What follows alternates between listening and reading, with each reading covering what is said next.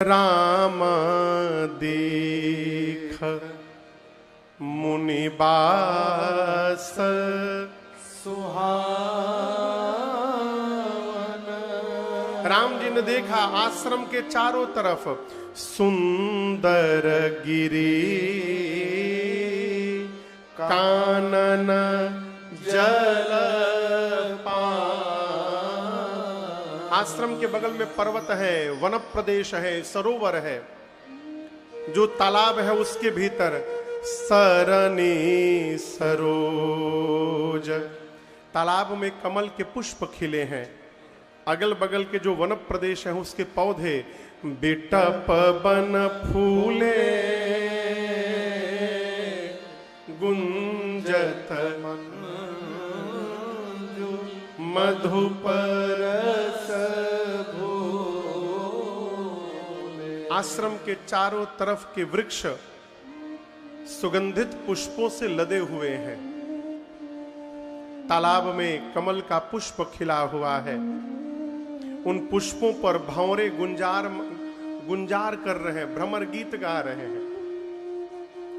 और आप दर्शन करिए, भजन वाल्मीकि ऋषि कर रहे हैं, लेकिन उनके भजन का प्रभाव उनके आश्रम के वातावरण में है। और ऐसा प्रभाव है कि उस परिवेश में प्रवेश करने वाले जीव जंतु आपसी बैर समाप्त कर गए। गोस्वामी जी कहते हैं बिरहित बैर मुदित मन चरहि। बैर समझ रहे हैं? बैर बैर मने झगड़ा, मन मुटाव। मनुष्य को छोड़िए, जो जीव जंतु हैं आश्रम के बगल में रहने वाले, वो आपसी बैर समाप्त कर चुके हैं और एक साथ प्रेम से घूमते हैं। कहें तो सरोवर के एक ही घाट पर सिंह और गौ मैया एक साथ खड़े होकर पानी पी रहे हैं। ये वाल्मीकि ऋषि के भजन का प्रभाव है। बाबूजी, ये प्रमाण है। भजन अवरोध को समाप्त कर देता है और अवरोध समाप्त करने के लिए विरोध मिटाना आवश्यक है। समझ रहे हैं मेरी बात को? मन में जब तक विरोध रखिएगा, जीवन के विकास में अवरोध खड़ा रहेगा। और जिस दिन विरोध समाप्त हुआ, जीवन का सारा अवरोध समाप्त हो जाएगा। कोई विरोध मान रहा है तो उसको मानने दीजिए, आपको नहीं मानना है। राम जी की कथा सुन रहे हैं, करा रहे हैं, और घरवे में केस लड़ रहे हैं, तो ये कौन कथा सुन रहे हैं जी? अब सोचिए, आप भरत चरित्र की कथा में 4 घंटा आंसू बहा रहे हैं और अपने भाई से केस लड़ रहे हैं, तो हम सुन का रहे हैं। भजन विरोध समाप्त कर देता है। हाथी देखे हैं आप लोग? हाथी जब किसी गांव में पहुंचता है ना, तो गांव भर के जितने कुकुर होते हैं, कुकुर समझते हैं? कुत्ते। हाँ, हमरिया बिहार में कुकुर कहते हैं उसको। यहां क्या बोलते हैं? यहां भी कुकुर बोलते हैं। हाँ। हिंदी में कुत्ता, अंग्रेजी में, अरे आपको तो सब मालूम है। तो जैसे हाथी गांव में प्रवेश करता है, पूरे गांव के कुत्ते आ करके हाथी को भौंकने लगते हैं। लेकिन ध्यान रखिएगा, आगे से नहीं भौंकते।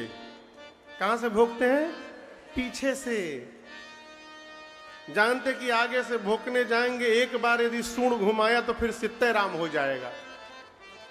सारे कुत्ते पीछे से एक डिस्टेंस मेंटेन करके भौंकते हैं।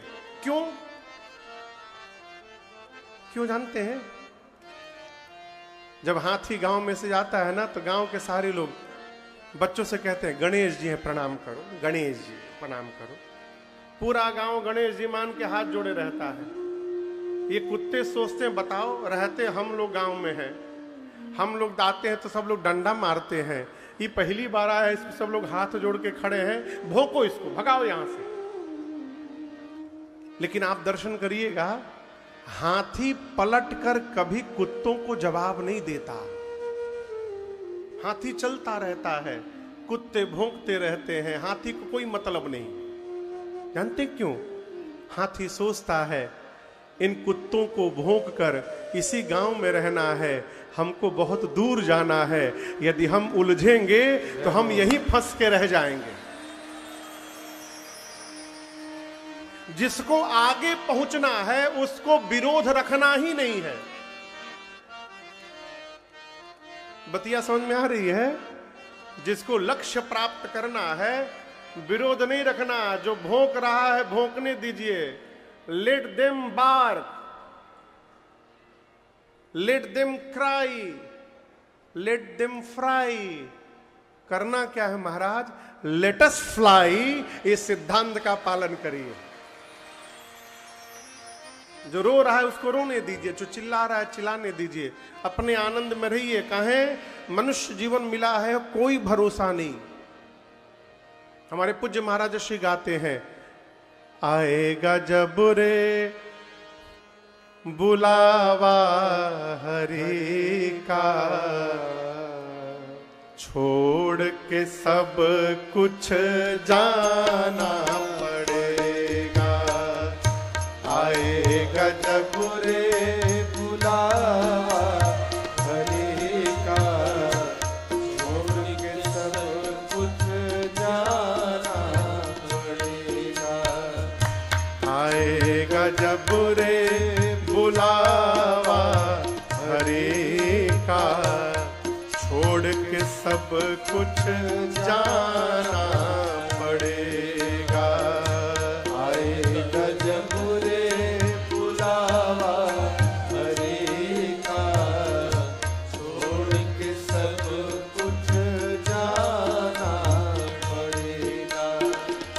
नाम हरि का साथ जाएगा, नाम हरि का साथ जाएगा, और न कुछ तू ले पाएगा।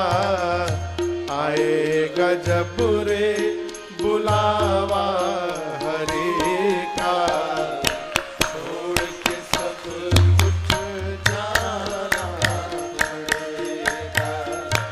आएगा जब रे बुलावा हरि का, छोड़ के सब कुछ जाना पड़ेगा।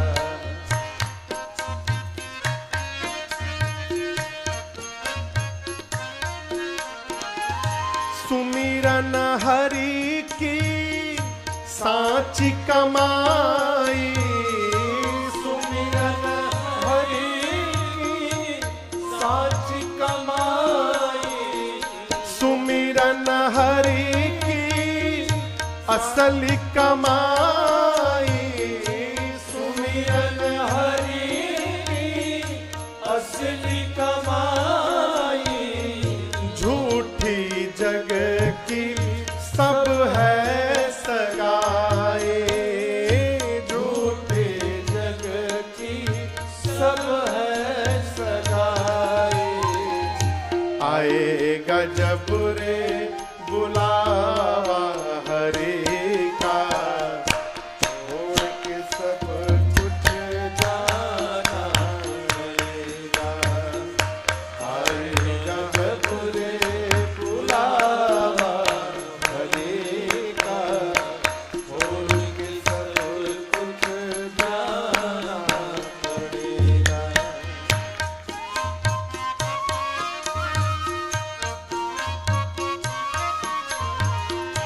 अर्जी कर तू हरि से ऐसी, अर्जी कर तू हरि से ऐसी, अर्जी कर तू प्रभु से ऐसी, अर्जी कर तू प्रभु से ऐसी। कैसी? भक्ति मिले मीरा के जैसी, भक्ति मिले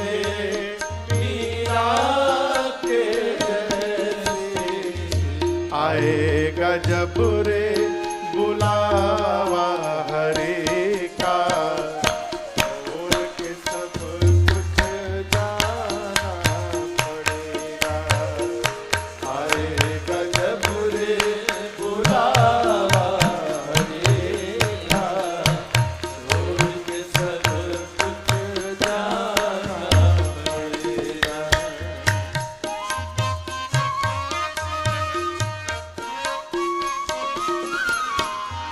हाथ में तेरे जीवन की बाजी, हाथ में तेरे जीवन की बाजी, हाथ में तेरे जीवन की बाजी, हाथ में तेरे जीवन की बाजी, प्रेम से कर ले तू प्रभु को राजी, प्रेम से कर ले तू प्रभु को राजी। आएगा जब रे बुलावा हरे का, छोड़ के सब कुछ जाना पड़ेगा। आएगा जब रे बुलावा हरे का, छोड़ के सब कुछ जाना पड़ेगा। छोड़ के सब कुछ जाना पड़ेगा। छोड़ के सब कुछ जाना पड़ेगा। आएगा जब रे बुलावा हरे का, छोड़ के सब कुछ जाना पड़ेगा। विरोध समाप्त करिए। विरोध कैसे जाएगा? भजन के प्रभाव से। वो स्वामी जी कहते हैं विरहित बैर मुदित मन चरहि। राम जी श्री वाल्मीकि ऋषि के आश्रम में पहुंचे हैं। आपको बताऊं, श्री वाल्मीकि ऋषि जी ने राम जी के अवतार लेने के पहले ही श्रीमद् वाल्मीकि रामायण की रचना कर दी थी। बाबूजी, अभी राम जी अवतार नहीं लिए थे, उनके आने के पहले ही वाल्मीकि ऋषि ने रामायण की रचना कर दी। कैसे? त्रिकालदर्शी थे, भविष्य देख लेते थे और देख देख कर कि भविष्य में क्या होने वाला है, कैसे राम जी का अवतार होगा, फिर क्या होगा, कैसे हुआ, कैसे होगा, सब देख देख के सब पहले लिख डाले। राम जी पहुंचे हैं, किसी परिकर ने जाकर श्री वाल्मीकि ऋषि से कहा कि प्रभु, जिनकी कथा आप लिख कर बैठे हैं वो भगवान आपके आश्रम में पहुंच गए हैं। ए वाल्मीकि ऋषि सुने न हो, कुटिया से बाहर दौड़ पड़े। उधर से वाल्मीकि ऋषि आए, इधर से राम लक्ष्मण जी देखे। जैसे भगवान ने देखा, राम जी दौड़ पड़े और जाकर भगवान ने दंडवत किया। बाबा कहते हैं मुनि कहूँ रामा दंडवत कीन्हा, मुनि कहूँ रामा दंडवत कीन्हा। वाल्मीकि जी ने आशीर्वाद विप्रवर दीन्हा, आशीर्वाद विप्रवर दीन्हा। देखी राम छवि नयन जुड़ाने, देखी राम छवि नयन जुड़ाने, करि सना माना आश्रम नियाने, करि सना माना आश्रम नियाने। मुनि बर अतिथि प्राण प्रिय पाए, मुनि बर अतिथि प्राण प्रिय पाए, कंद मूल फल मधुर मंगाए, कंद मूल फल मधुर मंगाए, कंद मूल फल मधुर मंगाए।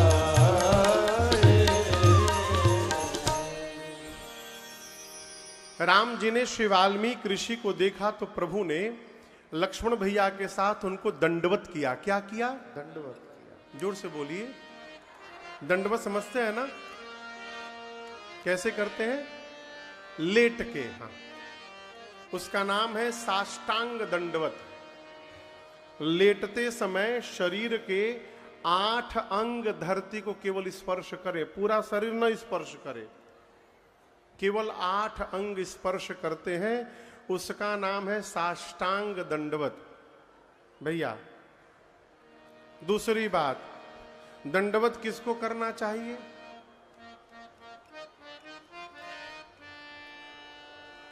केवल पुरुषों को। किसको?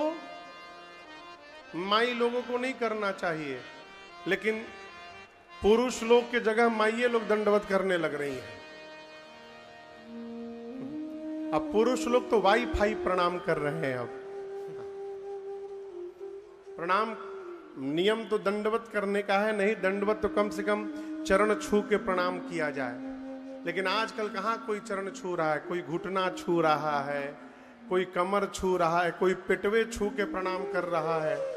किसी का तो छूने का भी काम नहीं। महाराज का हो ही गया प्रणाम।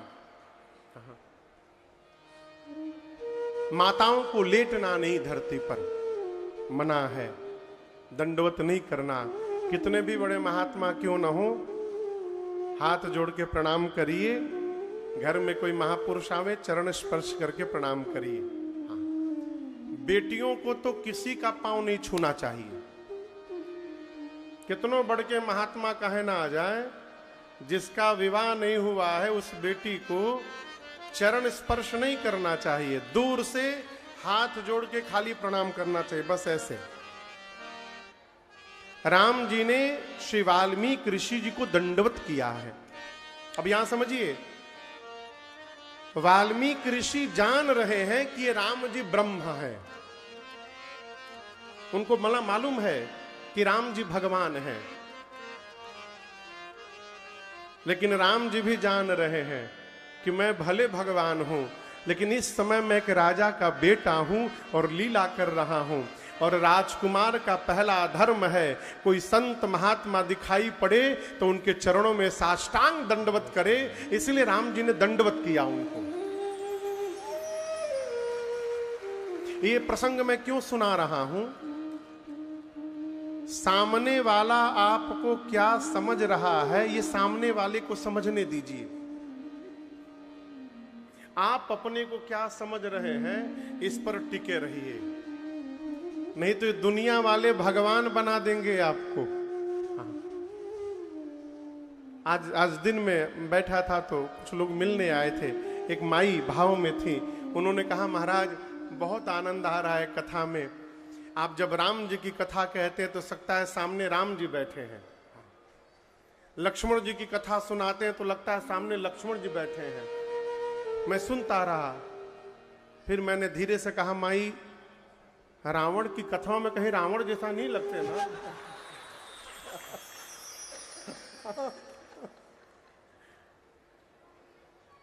ये तो विनोद की बात है। सामने वाला आपको क्या मान रहा है, ये उसको मानने दीजिए। आप वहां न फंसिए। आप क्या है, इसको मान करके अपने भाव में बने रहिए, नहीं तो गिर जाइएगा तो हड्डी पांव भी टूट जाएगा।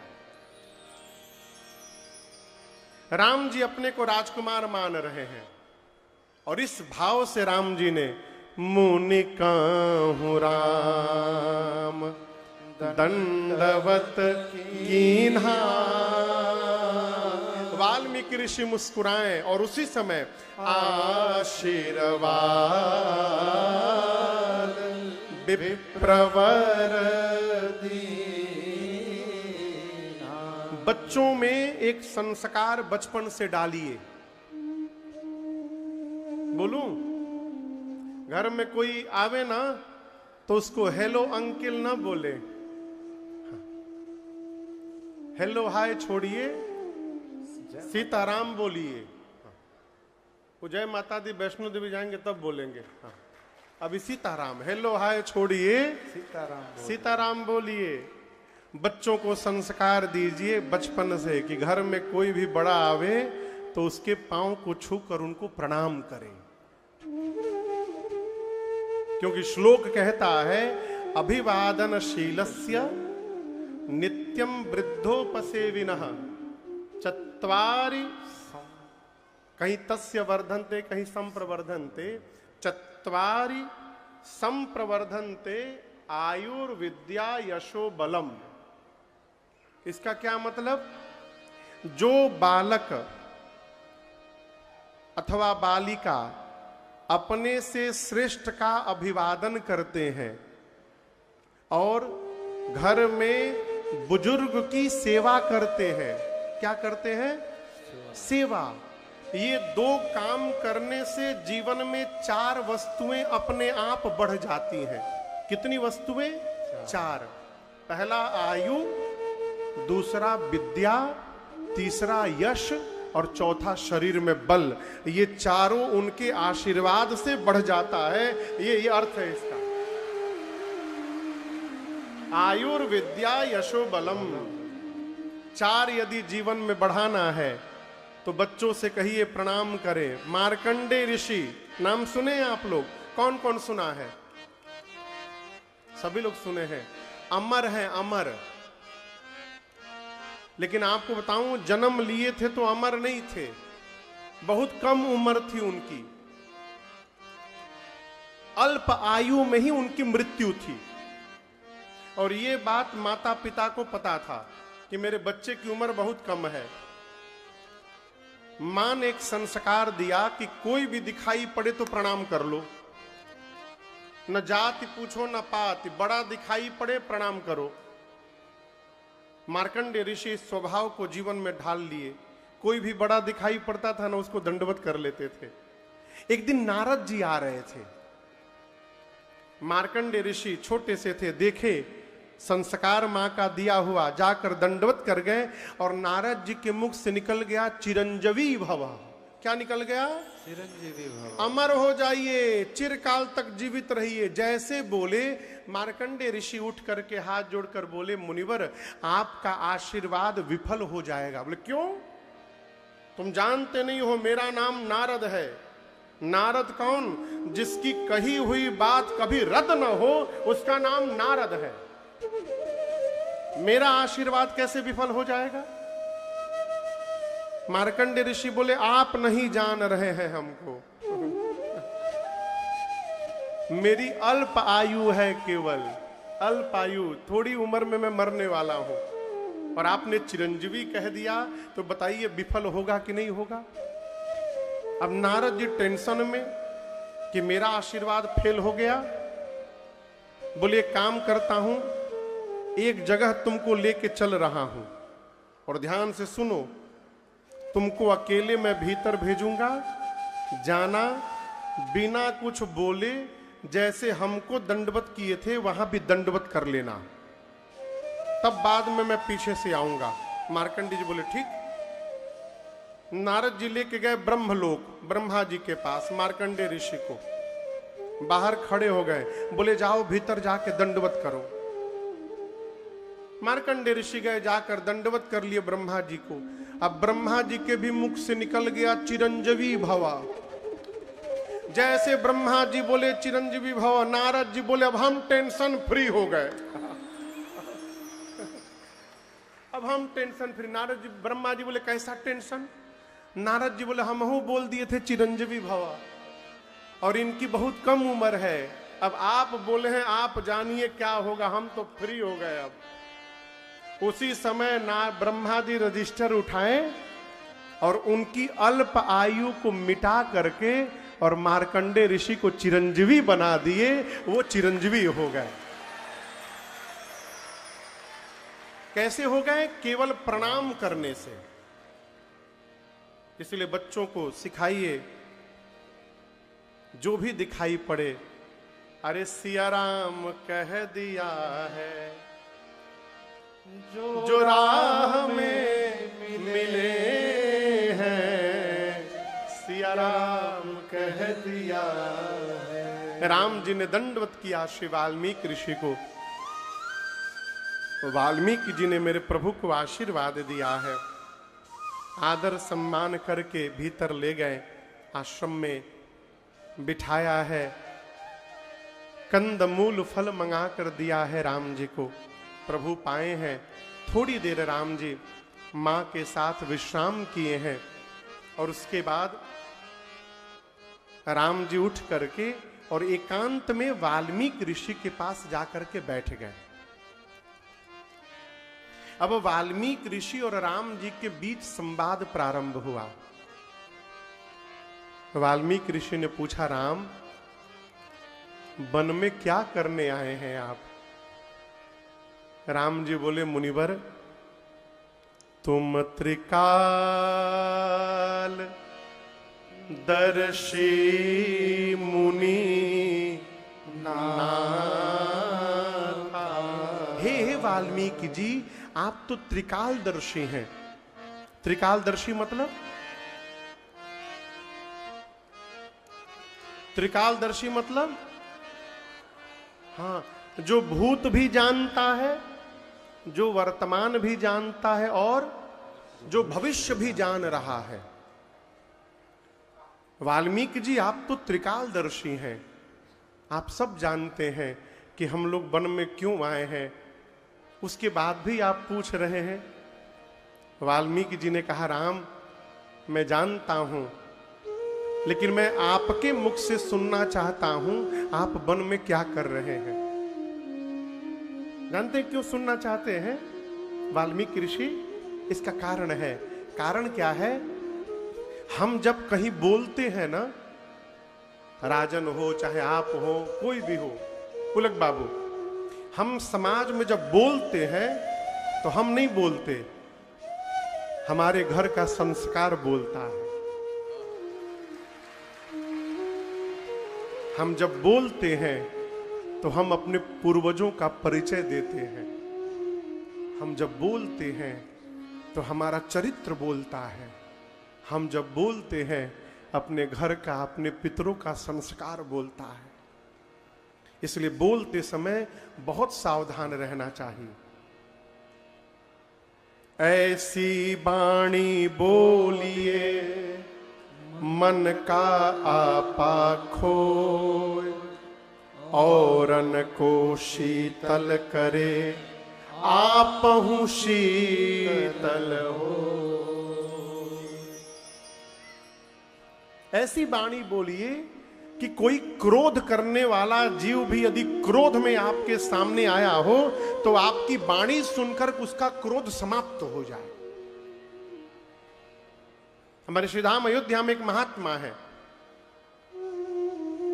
गोलाघाट में।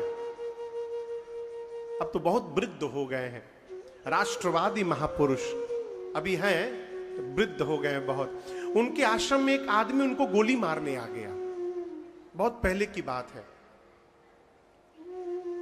दोपहर का समय था, गर्मी से एकदम खून पसीने से लथपथ। जब दरवाजा बजा तो महात्मा जी गेट खोले तो वो बंदूक लेके खड़ा है गोली मारने के लिए। महात्मा जी बोले, कहाँ है हो? बोले, मैं आपको मारने आया हूं।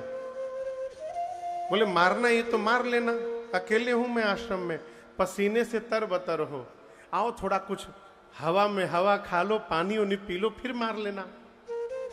उसको लेके गए भीतर, बिठाए, प्लेट में मिठाई, गिलास में पानी ला के दिए। बोलो, पानी पियो पहले तुम, ये गमछा लो, पसीना पोछो पहले।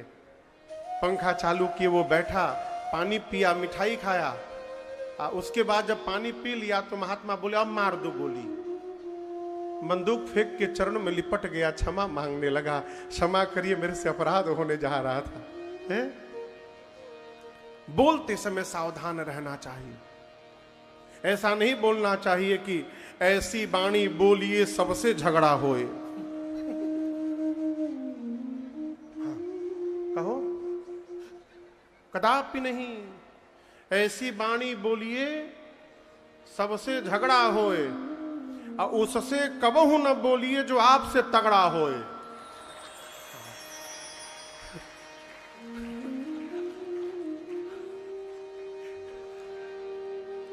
वाल्मीकि ऋषि बोले राम, मैं आपके मुख से सुनना चाहता हूं, आपके वन में आने का कारण क्या है। राम जी बोले मुनिवर, एक कारण हो तब न बताऊं, मेरे वन में आने के कई कारण हैं। राम जी कहते हैं, तात बचन पुनिमा तुहित भाई भरत अस मो कहूँ दरस तुम्हार प्रभु, सब ममा पुण्य प्रभा। बोले मेरे आने का सबसे पहला कारण पिताजी के वचन की रक्षा हो जाए। तात वचन। यहां बहुत सारे युवा लोग भी बैठे हैं। एक बात निवेदन करूं, एक पुत्र के जीवन का सर्वश्रेष्ठ धर्म जानते हैं क्या है? राम जी जब सुने कि मां कैकेयी ने मेरे लिए वनवास मांग लिया है, तो राम जी सीधे मां कौशल्या के पास गए। मां कौशल्या को भी पता नहीं था कि राम को वन जाना है। मां जानती है कि 2 घंटे बाद राम का तिलक होने वाला है। राम जी भी स्नान नहीं किए थे, बाबूजी सो के जगे थे। तब तक सुमंत जिले के महाराज के पास चले गए थे, कैकेयी जी के भवन में। राम जी को सब पता चल गया। वहां पर कौशल्या मैया के पास आए। कौशल्या मैया देखी तो नाचने लगी, दुलार की, माथा चूमी राम जी का, बोली आज मेरा राघव युवराज बनने वाला है। राम जी मां को बिठाए, बगल में बैठे। अब पूछे मां से, मां ये बताओ मैं बड़ा हूं कि अयोध्या भरत? राम जी क्या पूछे, मैं बड़ा हूं कि भरत? आप लोग बोलिए, बड़ा कौन है? राम जी। मां बोली तुम बड़े हो। राम जी फिर पूछे, अयोध्या बड़ी है कि जंगल बड़ा है? आप लोग बोलिए। मां बोली जंगल बड़ा है। राम जी बोले, मां रात भर में पिताजी ने धर्म का विचार कर लिया है। कैसे? मैं बड़ा बेटा हूं ना, तो बड़े बेटे को जंगल का बड़ा राजा बना दिया है। अब भरत छोटा है, उसे अयोध्या का छोटा राजा बना दिया। राम जी ने यह नहीं कहा कि मुझे जंगल भेजा जा रहा, नहीं। क्या कहा? पिता दीन मोहि कानन राजू। पिताजी ने मुझे जंगल का राजा बनाया है। मां कौशल्या मैया सुनी न तो सूख गई। मां हृदय कांपने लगा मां का। गोस्वामी जी कहते हैं, मां को जब पूरी बात पता चली तो मां की गति वैसे हो गई जैसे सांप और छछुंदर की होती है। छछुंदर देखे हैं आप लोग? कैसा होता है? चूहे जैसा होता है, चूहे जैसा। हम तो नहीं देखे आज तक, न जाने आप लोग कहां देख लिए, भगवान जाने। देखिए छछुंदर रायबरेली में होत हुई कहीं।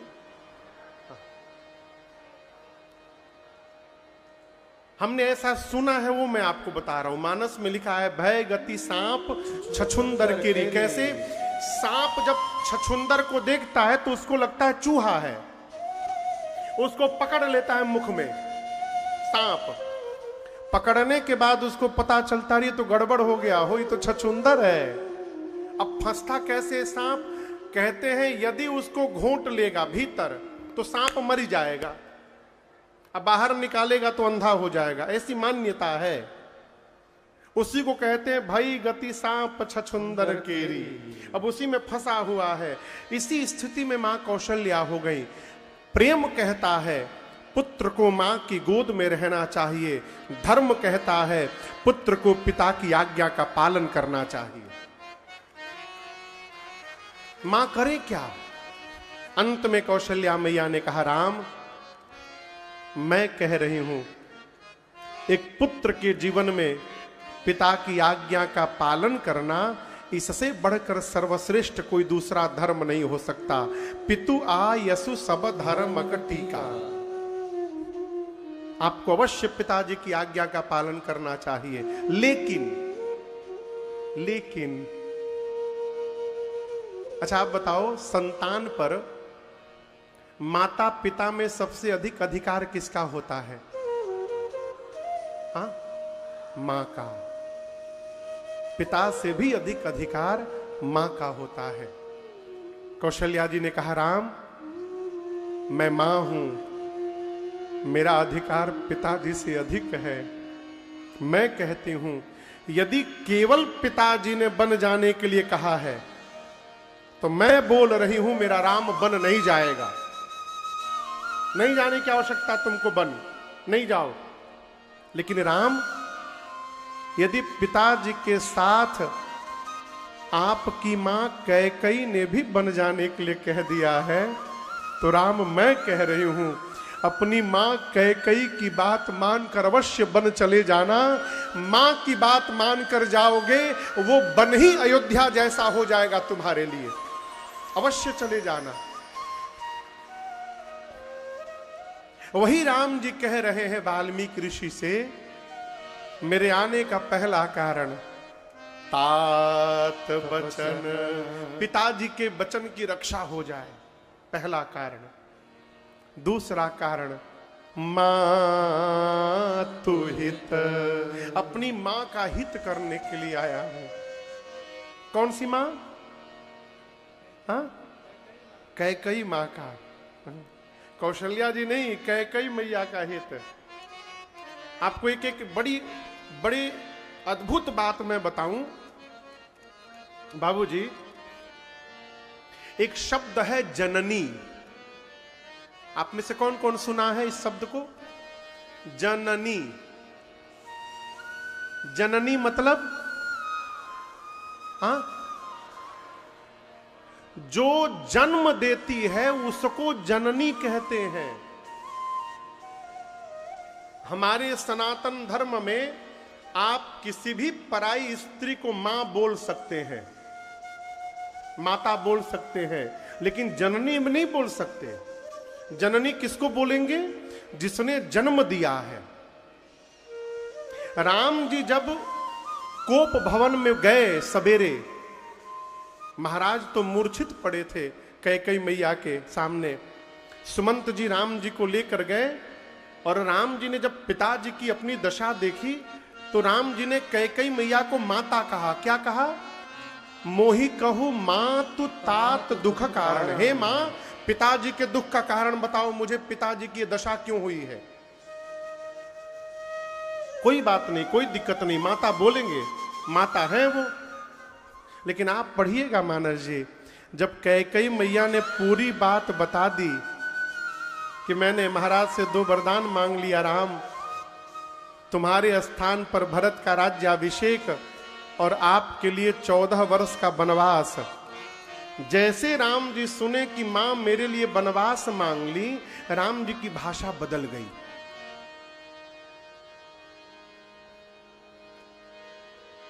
जो राम जी आते समय माता बोले थे, अब वनवास की बात सुनकर माता नहीं बोले। क्या बोले? क्या बोले? अरे सुनु जननी सोई सुत बड़ भागी, सुनु जननी सोई सुत बड़ भागी, जो पितु मातु बचन अनुरागी, जो पितु मातु बचन अनुरागी, तनया मातु पितु तोषनिहारा, तनय मातु पितु तोषनिहारा, दुर्लभ जन जननी सकल संसारा, दुर्लभ जननी सकल संसारा, भरत प्राण प्रिय पावहि राजो, विधि सब विधि मोहि सन्मुख आयो, भरत प्राण प्रिय पावहि राजो, विधि सब विधि मोहि सन्मुख आयो, विधि सब विधि मोहि सन्मुख आयो। राम जी ने मां कैकेयी को क्या कहा? सुनो जननी, जननी बोल दिया हो। राम की जननी कैकेयी नहीं है, कौशल्या है। आप कल्पना करिए, जिस समय राम जी मां कैकेयी को जननी बोले होंगे, मां कैकेयी को कितना आनंद मिला होगा। राम जी क्यों बोले जानते हैं? राम जी कहना चाहते, मां कौशल्या ने केवल राम को जन्म दिया है, उस राम को आज 14 वर्ष के लिए वन भेजकर आपने मर्यादा पुरुषोत्तम राम को जन्म दे दिया है, इसलिए आज से आप मेरी जननी हैं। प्रभु ने मां को जननी कह दिया। वही राम जी कहते हैं, मेरे आने का पहला कारण पिताजी के वचन का पालन हो जाए, दूसरा कारण मेरी मां कैकेयी का हित हो जाए, तीसरा कारण राम जी कहते हैं, देखिए मुनिवर, मैं अपने भरत से बड़ा हूं। राम जी भरत जी से क्या है? बड़े। यहां भरत जी हैं तो राम जी कहां हैं? यहां पर, ठीक ना? ये भरत जी हैं, ये राम जी हैं। राम जी बोले, यदि मैं राजा बन जाता ना, और बड़ा हो जाता, और बड़ा हो जाता, तो भरत जी में और मेरे बीच की दूरी बढ़ जाती। मैं जानबूझ के राजा नहीं हुआ। अब मेरा छोटा भाई भरत राजा होगा, तो राजा बनने से वो बड़ा हो जाएगा और हम दोनों के बीच की दूरी कम हो जाएगी। प्रभु, मेरा छोटा भाई बड़ा बने, इसलिए मैं वन में आया। तात बचन पुनि मां तुहित, भाई भरत असराव। मेरा भरत राजा बन जाए। देखिए ना, मेरी मां कैकेयी ने सबका हित कर दिया एक ही बार में। वाल्मीकि जी बोले, राम सबका हित तो हो गया, लेकिन आपका क्या हुआ? बन बन पैदल पैदल भटक रहे हैं, आपका कौन सा हित हुआ? आपको तो कष्ट सहना पड़ रहा है। तब राम जी बोले, मुनिवर, मेरी मां ने जितना बड़ा हित मेरा किया है, उतना हित तो किसी का नहीं किया। वाल्मीकि जी पूछे कैसा हित? राम जी बोले यदि मैं वन में न आता तो आज आप जैसे महापुरुष के चरण का दर्शन कैसे प्राप्त कर पाता। मो कहूं दर्श तुम्हार प्रभु सब मम पुण्य प्रभा। ये प्रसंग कह रहा है जीवन के हर समय हर परिस्थिति में यदि आप सकारात्मक विचारधारा रखेंगे तो राम जी की तरह जंगल में भी आनंद में बने रहेंगे। सकारात्मक देखिए। राम जी बोले मुनिवर आपके चरण का दर्शन करके मेरे सारे पुण्य सफल हो गए हैं। मुझे 14 वर्ष अयोध्या के बाहर रहना है। बाहर तो हम आ ही गए हैं, हम आपसे पूछ रहे हैं हम कहाँ रहें। ऐसा स्थान बताइए जहां पर हमारे रहने से किसी को कष्ट ना हो। ऋषि मुनि को वन में कौन रहता है? ऋषि मुनि रहते हैं। तो मेरे रहने से किसी मुनि को कष्ट न हो जाए ऐसा स्थान यदि आप बताइएगा ना, वहां मैं कुछ दिन वास करना चाहता हूं कुटिया बनाकर। जब राम जी बोले तो वाल्मीकि जी मुस्कुराए, कह राम साधु साधु, आपके रहने से किसी को कष्ट होगा?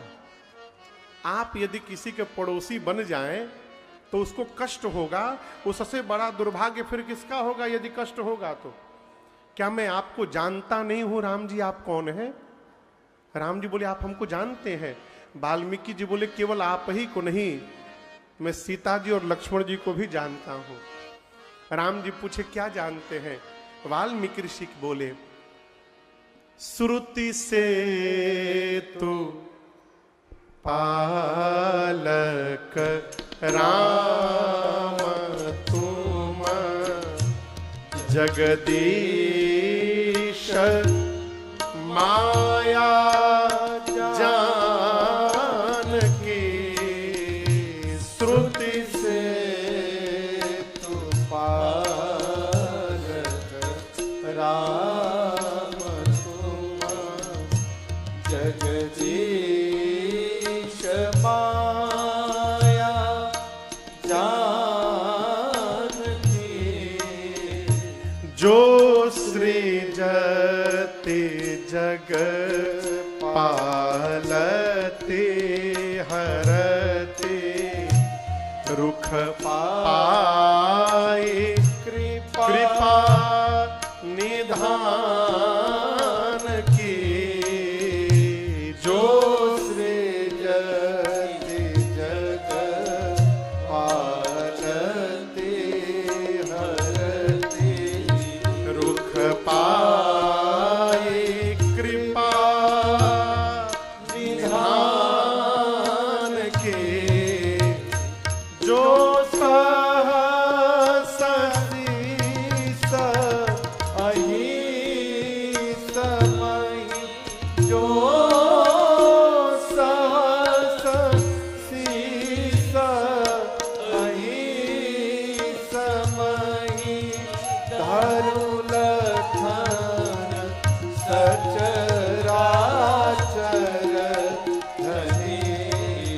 सूर काज हरे नर राज तन चले दलन खल निशिचर सूर काज हरि नरराज तन।